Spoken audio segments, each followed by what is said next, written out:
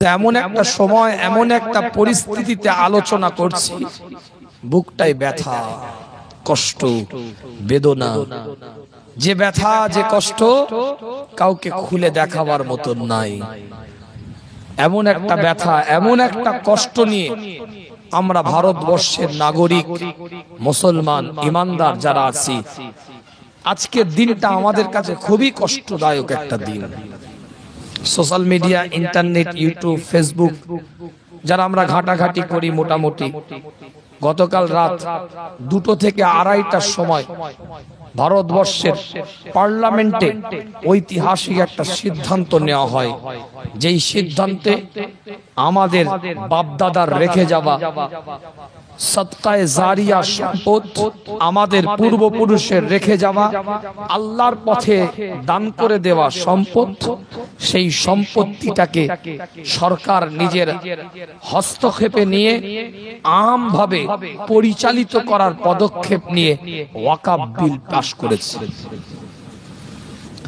কিছু কথা না বললে নয়, আমি এখন বলতে বাধ্য এজন্যই হচ্ছি, কেন আমাদের মানুষগুলোকে একটু বোঝাতে হবে। যারা সত্যকারের ভারতীয় নাগরিক হবে, যারা ভারতের সংবিধানকে সম্মান দিবে, যারা নিজেদেরকে ভারতীয় বলে মনে করবে, তাদেরকে ভারতের সংবিধানকে মানতে হবে। আর ভারতের সংবিধানে এটা স্পষ্ট লেখা আছে, ডক্টর বি.আর. আম্বেদকরের রচিত সংবিধানে স্পষ্ট লেখা আছে ইউনিফর্ম সিভিল কোড। নাম শুনেছেন কোনদিন? একটু বুঝুন। জীবনে অনেক তেরেঙ্গা, বিমল, রজনীগন্ধা গালে দিয়ে চিবিয়েছেন, ঠিক আছে, ওটা আলাদা বিষয়, কিন্তু একটু মাথাটাকে চিন্তা করুন, ভাবুন একটু। ইউনিফর্ম সিভিল কোডকে মানাটা আমাদেরকে, নাগরিকদেরকে মানতে হবে, কারণ সংবিধান আমাদেরকে রাইট দিচ্ছে যে সম্প্রদায়ের মানুষ হোক, যে রিলিজিয়াসের মানুষ হোক, যে ধর্মের মানুষ সে হোক না কেন, ভারতের নাগরিক হিসাবে থেকেও তারা কিন্তু তাদের নিজস্ব ধর্মীয় কার্যকলাপ, তাদের ধর্মীয় স্বাধীনতার নিরিখে পালন করতে পারে। এটাকে বলে ইউনিফর্ম সিভিল কোড। আমার কথাটা কিছু বুঝতে পারলেন না? বুঝতে পারলেন? আমরা মুসলমান, আমরা ইমানদার, আমরা মুত্তাকি, আমরা আল্লাহকে এক বলি, রাসূলকে নবী বলে স্বীকারোক্তি দিই, এটা আমাদের একটা আইডেন্টিটি। কিন্তু আমরা আবার ভারতীয়।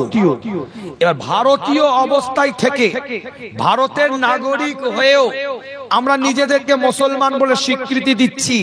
এটা কিন্তু ভারতের সংবিধানই আমাদেরকে বলছে তোরা তোদের ধর্ম পালন করতে পারবি। আমার কথাটা কি বোঝাতে পারছি না? বোঝাতে পারে?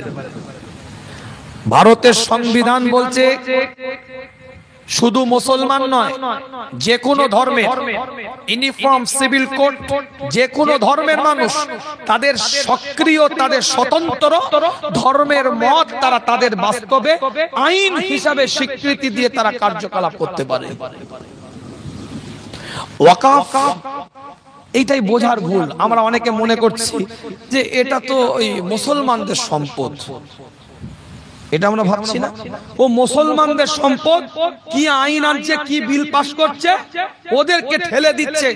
ও আমাদের এখন বগল বাজাবার সময়। মনে রাখবেন, ভারতের পার্লামেন্টে সমকামিতার মতন একটা নোংরা বিল পাস করানো হয়েছিল, পরকীয়ার মতন একটা নোংরা বিল পাস করানো হয়েছিল। তখনও আমরা ভেবেছিলাম যার ক্ষতি হওয়ার তার ক্ষতি হবে। সমকামিতার পরকীয়ায় সমাজ নষ্ট করে দিয়েছে, এটা মনে রাখবেন। আমরা ইমানদার, হিন্দু ভাইদের একটা সম্পদ আছে, সেই সম্পদটাকে বলে দেবত্র সম্পত্তি। দেবত্র সম্পদ যেমন তারা তাদের ধর্মীয় পারপাসে ইউটিলাইজ করবে, ব্যবহার করবে, ওয়াকফ সম্পত্তিটা মুসলমানদের ধর্মীয় কার্যকলাপে ইউটিলাইজ হবে, ব্যবহৃত হবে। আবার কিছু মানুষ বোঝাচ্ছে মুসলমান টুপিওয়ালা, দাড়িওয়ালা, জুব্বাওয়ালা, পাগড়িওয়ালা, আজকানওয়ালা যে আইন করেছে তো কি হয়েছে, এদের জ্ঞান নেই, নলেজ নেই, চিন্তা নেই। আপনি ভারতীয়, সিএস পর্চা আছে, আরএস পর্চা আছে, এলএলআর পর্চা আছে।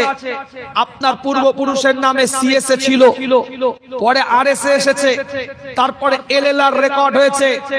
আপনি যদি ভারতীয় নন, আপনি যদি ভারতীয় না হন, আপনার বাপ ভারতীয়, আপনার দাদা ভারতীয়, কিন্তু আপনি ভারতীয় নন, আপনি স্কটল্যান্ডের বাসিন্দা, আপনি লন্ডনের বাসিন্দা, আপনি ইংল্যান্ডের বাসিন্দা, আপনি আমেরিকার বাসিন্দা, আপনি নেপালের বাসিন্দা, আপনার বাপ দাদার নামে সিএস আরএস রেকর্ড থাকলেও আপনার নামে পৈতৃক সম্পত্তি রেকর্ড হবে না। হবে? আইন বুঝেন তো? কিছু আইন বুঝেন তো নাকি? আর আপনি যদি ভারতীয় হন, আপনার আইডেন্টিটি যদি আপনি ইন্ডিয়ান নাগরিক হন, আপনার বাপ দাদার নামে সিএস আরএস থাকলে অটোমেটিক আপনার নামে সেটা রেকর্ড হয়ে যাবে। পৈতৃক সূত্রে এলএলআর এ আপনার রেকর্ড দেখাবে। মজার বিষয় এখানে আমাদের ব্রেনটা ওয়াশ করছে এই জায়গায় যে ওটা কি আছে, এটা ওয়াকফ সম্পত্তির একটা বিল আনা হয়েছে, অ্যাক্ট আনা হয়েছে, 1995 আনা হয়েছে, 1954 সালে আনা হয়েছে, এটা একটা অ্যাক্ট আনা হয়েছে। বিষয়টা এটা নয়, বিষয় অ্যাক্ট আনা আর এই অ্যাক্টে যেটা আনা হচ্ছে দুটোর মধ্যে পার্থক্য আছে। সেটা কি? এটা রেল ভারতীয় সম্পদ, ডিফেন্স ভারতীয় সম্পদ, কিন্তু ওয়াকফ ভারতীয় মুসলমানদের সম্পদ। এটা কে বলেছে? আমার বাবার কথা বলছি নাকি? আমার দাদার কথা বলছি নাকি? রেল ভারতীয় সম্পদ, ডিফেন্স ভারতীয় সম্পদ, কিন্তু ওয়াকফ ভারতীয় মুসলমানদের সম্পদ, ভারতীয় মুসলমানদের সম্পদ। দেবোত্তর সম্পত্তি ভারতীয় হিন্দুদের সম্পদ। ঠিক ওই রকম ওয়াকফ মুসলমানদের, ভারতীয় মুসলমানদের সম্পদ। এর দ্বারা এটা স্পষ্ট করুন, এটা এই দেশের যারা ইউনিফর্ম সিভিল কোডকে স্বীকৃতি দিয়ে সংবিধানকে মান্যতা দেয়, সেই সংবিধান বলছে 9 লক্ষ কয়েক হাজার ওয়াকফ স্টেট এটা কেবলমাত্র যারা আল্লাহকে এক বলে মানে, মুস্তাফাকে নবী বলে মানে, তাদের ধর্মীয় কার্যকলাপে ব্যবহৃত হবে। মাদ্রাসায়, মসজিদে, কবরস্থানে, মক্তবে, খানকায়, মুসাফিরখানায়, কবরস্থানে, এই সমস্ত জায়গায় এটা ইউটিলাইজ হবে, ব্যবহার হবে। সংবিধান আমাদেরকে এটা রাইট দিয়েছে। আপনি পেটেও খেতে পারবেন না। আমার কথাটা কিছু বুঝতে পারছেন? এটাই তো কথা। আমার নলেজ ক্লিয়ার করেন, চিন্তা ভাবনা ক্লিয়ার করেন, চেতনা ক্লিয়ার করেন। নামাজ পড়বেন কি করে সেই নিয়ে ঝগড়া হচ্ছে, নামাজ পড়ার পদ্ধতি নিয়ে ডিবেট চলছে। হাত এখানে বাঁধবেন না এখানে বাঁধবেন, ইমামের পিছনে সূরা ফাতিহা পড়তে হবে না পড়তে হবে না, জোরে আমিন বলবেন না আস্তে আমিন বলবেন, এ ডিবেট চলছে। সালাম ফেরাবার পরে মুনাজাত করবেন কি করবেন না, এ ডিবেট চলছে। শুনে রাখেন, ওয়াকফ বিল এই যে আইনটা লাগু হলো, এটা যদি সুপ্রিম কোর্ট কার্যকারিতা করে দেয়, মনে রাখবেন পরবর্তী প্রজন্ম আমাদের নামাজ পড়ার অস্তিত্বের লড়াই দাঁড়িয়ে যাবে। পদ্ধতির নয়, নামাজ পড়ার অস্তিত্বের লড়াই দাঁড়িয়ে যাবে। 1 নম্বর খতিয়ান জানেন? কিছু শুনেছেন জীবনে যে 1 নম্বর খতিয়ানের সম্পদ? শুনেছেন? ভেস্টেড ল্যান্ড শুনেছেন? কে ওটা কি সম্পদ? নলেজ ক্লিয়ার করেন, ওয়াজ বুঝে নেওয়ার জিনিস একটু বুঝিয়ে দিয়ে যাচ্ছি। 1 নম্বর খতিয়ানের সম্পদ ভেস্টেড ল্যান্ড, ওটা সরকারি সম্পদে পরিণত হয়। ভেস্টেড ল্যান্ড সরকার যা ইচ্ছা তাই মনে করে।